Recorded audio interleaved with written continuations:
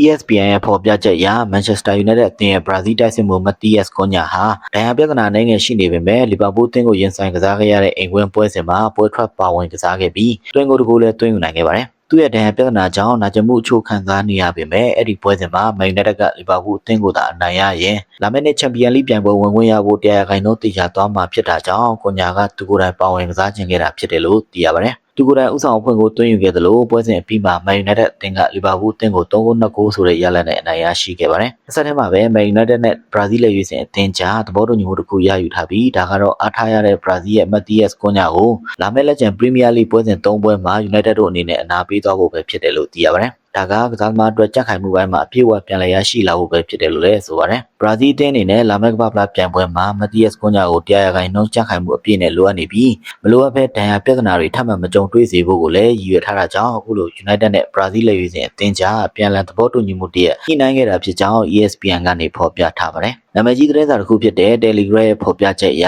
Man United အသင်းကအနာဂတ်မှာသူတို့ရဲ့အသင်းကောင်းဆောင် Bruno Fernandes နေရာအစားထိုးဖို့အတွက်လက်ရှိ Aston Villa တိုက်စစ်ကစားသမား Morgan Rogers ကိုရည်ရွယ်ထားတယ်လို့သိရပါတယ်။အသက်23နှစ်အရွယ် Rogers ဟာတစ်ချိန်က Manchester City ရဲ့ကစားသမားတဦးဖြစ်ခဲ့ပြီးအသင်းမှာနေရာများရှိခဲ့တာကြောင့် Lincoln City, Bournemouth နဲ့ Blackpool တို့လိုအသင်းတွေမှာငှားစာချုပ်နဲ့လှည့်လည်ကစားခဲ့ရတာပါ။ဒီနောက်ပိုင်း Middlesbrough အသင်းစီပြောင်းရွှေ့ရောက်ရှိလာချိန်မှာတော့အဲ့ဒီချိန်က Middlesbrough အသင်းနီးပြဖြစ်ဆောင်ရွက်နေတဲ့လက်ရှိ Man United နီးပြ Michael Carrick နဲ့ Morgan Rogers တို့လက်တွဲညီအတူလုပ်ကိုင်ခဲ့ကြပြီးအောင်မြင်မှုအချို့ကိုလည်းရယူနိုင်ခဲ့ပါတယ်။ Morgan Rogers ကနံပါတ်10နောက်ချန်တိုက်စစ်နေရာမှာသာမကပဲဘေးတောင်မှာပါကစားနိုင်တာကြောင့်အသင်းတိုက်စစ်မှာရွေးချယ်စရာပိုအားကောင်းစေနိုင်မယ်တိုက်စစ်ကစားသမားအဖြစ် Man United ဘက်ကသူ့ကိုရှုမြင်ထားကြတယ်လို့သိရပါတယ်။အမှန်တကယ်အားဖြင့် Man United အသင်းဟာ Bruno ကိုရနိုင်သလောက်အသင်းမှာဆက်လက်ထိန်းထားမှာဖြစ်ပေမဲ့အသက်30ကျော်လာတဲ့ဒီပေါ်တူဂီကွင်းလယ်ဖန်တီးရှင်ရဲ့နေရာကအနာဂတ်မှာတေချာပေါက်လိုအပ်ချက်ကြီးမားလာနိုင်တဲ့ကြောင့်ကြိုတင်ပြင်ဆင်မှုအနေနဲ့ Morgan Rogers ကိုအခုတည်းကခေါ်ယူအားဖြည့်ထားခြင်းတာဖြစ်တယ်လို့ Telegraph ကဖော်ပြထားတာပါ။ Man United အသင်းကလာမယ့်နွေရာသီအပြောင်းရွှေ့ကာလမှာအသင်းရဲ့ကွင်းလယ်ကိုအလုံးရင်းအင်အားဖြစ်တင်မှုပြုလုပ်သွားမှာဖြစ်ပြီးဒါနဲ့ပတ်သက်လို့ Daily Mail ကဖော်ပြထားတဲ့သတင်းအရတတိယဦးစားပေး squad player ကွင်းလယ်ကစားသမားတဦးကိုပေါင်သန်း20ဝန်းကျင်နဲ့ခေါ်ယူဖို့ပြစ်မှတ်ထားနေတယ်လို့သိရပါတယ်။လက်ရှိမှာ United အသင်းပြစ်မှတ်ထားနေတဲ့ကစားသမားက Southampton အသင်းရဲ့လူငယ်ကွင်းလယ်လူချားဆိုသူဖြစ်ပြီးစတိုက်ဆိုလို United ကင်းတော့အဖွဲ့တွေအနေနဲ့ဒီကစားသမားရဲ့ခြေစွမ်းပေါ်တွားရောက်လေ့လာမှုအချို့ပြုလုပ်နေကြတယ်လို့လည်းသိရပါတယ်။ Charles ကထူးခြားတဲ့ကစားသမားတဦးဖြစ်ပြီးကွင်းလယ်ခံစစ်နေရာမှာသာမကပဲဘိုးခံစစ်နဲ့နောက်ခံအစွန်လူနေရာတွေမှာပါကစားနိုင်စွမ်းရှိတာကြောင့် versatility မြင့်တဲ့ကစားသမားအဖြစ်သတ်မှတ်ခံထားရပါတယ်။ဒါမဲ့နဲ့မှာပြိုင်ပွဲရည်အတွက်တော်တော်များများကစားသွားရဖို့ရှိနေတဲ့ United ဟာအသင်းရဲ့ squad အတွက်လုံလောက်မဲ့ပြင်ဆင်မှုတွေပြုလုပ်သွားမှာဖြစ်ပြီးအသက်22နှစ်အရွယ် Charles ကိုလည်းခေါ်ယူဖို့ပြစ်မှတ်စင်းနဲ့ထည့်သွင်းထားတယ်လို့အခုလိုပဲ Daily Mail ကဖော်ပြထားပါတယ်။ Manchester United အသင်းဟာ Brighton ကွင်းလယ်လူ Carlos Baleba ကိုခေါ်ယူဖို့လေးနက်ထားစိတ်ဝင်စားနေသေးဖြစ်ပြီးလက်ရှိမှာလည်းဒီပြောင်းရွှေ့မှာဥဆောင်နေတယ်လို့သိရပါတယ်။လာမယ့်နှစ်မှာ United ကနေထွက်ခွာသွားတော့မယ် Brazil ဝိုင်းကွင်းလယ်လူ Casemiro ရဲ့နေရာအတွက်အစားထိုးခေါ်ယူမှုအဖြစ် Baleba ကိုရည်ရွယ်ထားတာဖြစ်ပြီး Brighton အသင်းဘက်ကလည်းတင့်တော်တဲ့ကမ်းလှမ်းမှုရရင်ရောင်းချသွားနိုင်ခြေများတာကြောင့် United အနေနဲ့ဒီ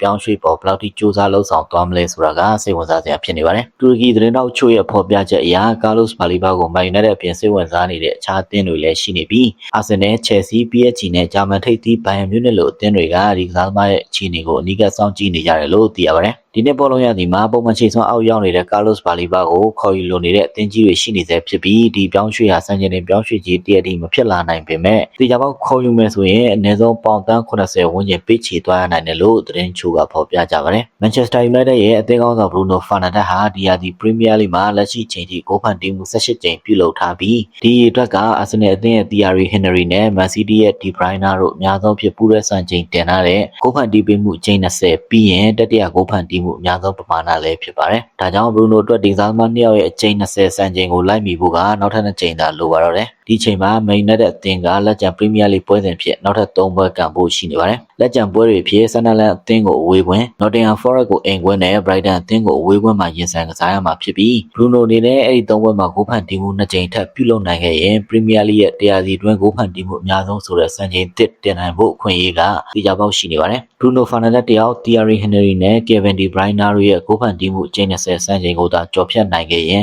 United အသင်းအတွက်လည်းအောင်မြင်မှုတစ်ခုဖြစ်တာကြောင့် Champions League ဝင်ခွင့်လည်း လည်းသိရသွားပြီဖြစ်တဲ့ဒီအချိန်မျိုးမှာ United ပရိသတ်တွေအနေနဲ့ Bruno ရဲ့ဂိုးဖန်တီးမှုတွေထပ်မြင်ရမလားဆိုတဲ့ပေါ်စိတ်ဝင်စားစောင့်ကြည့်နေကြမှာကတော့သိကြပါပဲဒီတလက်ရဲ့ပေါ်ပြချက်အရ Manchester United ကလာမယ့်ရာသီကစလို့အသင်းရဲ့ training kit sponsor အဖြစ် Pathway နဲ့လက်တွဲသွားဖို့ဆွေးနွေးနေပြီးလက်ရှိအခြေအနေအရသဘောတူညီမှုရရှိဖို့အတွက်နှီးစပ်နေပြီလို့သိရပါတယ်ဒီသဘောတူညီမှုသာအောင်မြင်ခဲ့မယ်ဆိုရင် Pathway logo ကို United ရဲ့ current training session တွေမှာမြင်တွေ့သွားရဖို့ရှိနေပြီး sponsor value ကပေါင်18တန်းကျော်အထိတန်ကြီးရှိနိုင်တယ်လို့လည်းပေါ်ပြထားပါတယ် Premier League ဟာလာမယ့်2026-2029ဘောလုံးရာသီကစလို့ Premier League ပွဲစဉ်တွေအတွင်းအသင်းတွေရဲ့ဝတ်စုံတွေမှာလောင်စာ company sponsor တွေကိုပိတ်ပင်သွားဖို့ရှိနေတာကြောင့်အသင်းတွေဘက်ကအခုလို gambling sponsor တွေကိုသူတို့ရဲ့ training kit sponsor ဖြစ်ဝတ်ဆင်သွားဖို့ပြောင်းလဲလှုပ်ဆောင်နေကြတာပါ Coach Offside ရဲ့ပေါ်ပြချက်အရ Manchester United အသင်းဟာ German club Bayer Leverkusen ရဲ့ဘယ်နောက်ခံလူ Alejandro Gramero ကိုခေါ်ယူဖို့စိတ်ဝင်စားနေရဆိုတဲ့သတင်းချိုထွက်ပေါ်နေပါတယ်အသက်30အရွယ်စပိန်လက်ရွေးစင် Gramero ကို Man United အသင်းဘက်ကအနီးကပ်လေးလာစောင့်ကြည့်နေပြီးဒီရာသီမှာ Gramero ပြသ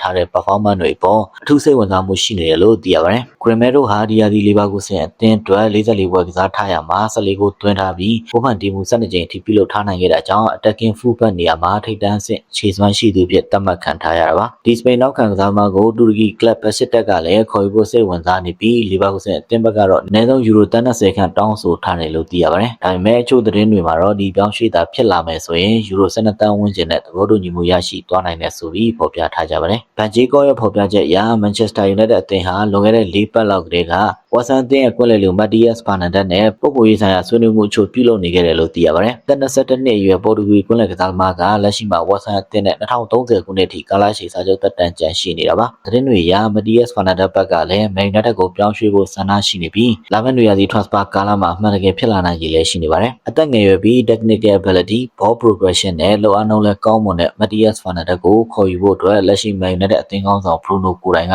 အသင်းပေါ်တိုက်တွန်းပြောဆိုထားတယ်လို့သိရပါတယ်အီတလီစီးရီးကလပ်ဂျူဗန်တက်အသင်းဟာဂျာမန်ကလပ်စတူဂတ်ရဲ့ကွက်လက်ကစားသမား Angelo Stella ကိုအမြန်ဆုံးခေါ်ယူနိုင်ဖို့ကြိုးပမ်းလှုပ်ဆောင်နေတယ်လို့သိရပါတယ်အကြောင်းကတော့ Man United အနေနဲ့ဒီပြောင်းရွှေ့တဲ့တရားဝင်ရောက်ကမ်းလှမ်းမှုမပြုလုပ်ခင်မှာပဲဂျူဗန်တက်အသင်းဘက်ကဒီကစားသမားကိုအပိသက်ခေါ်ယူသွားနိုင်ဖို့လှုပ်ဆောင်နေတာလည်းဖြစ်ပါတယ် Man United သား Stella ကိုတရားဝင်ကမ်းလှမ်းလာခဲ့ရင်ဂျူဗန်တက်အသင်းအနေနဲ့ United နဲ့အပြိုင်ရှင်ပန်ခေါ်ယူဖို့ခက်ခဲလွန်းတာကြောင့်အခုလိုခေါ်ယူဖို့ကိုအလင်းမြန်လှုပ်ဆောင်လာရတာပါလက်ရှိအသက်25နှစ်အရွယ် Stella ဟာဒီယာဒီစတူဂတ်မှာအထူးရှေ့စွမ်းပြကစားထားပြီးချာဥရောပထိပ်သီးကလပ်များစွာရဲ့စိတ်ဝင်စားမှုကိုလည်းရရှိနေပါတယ်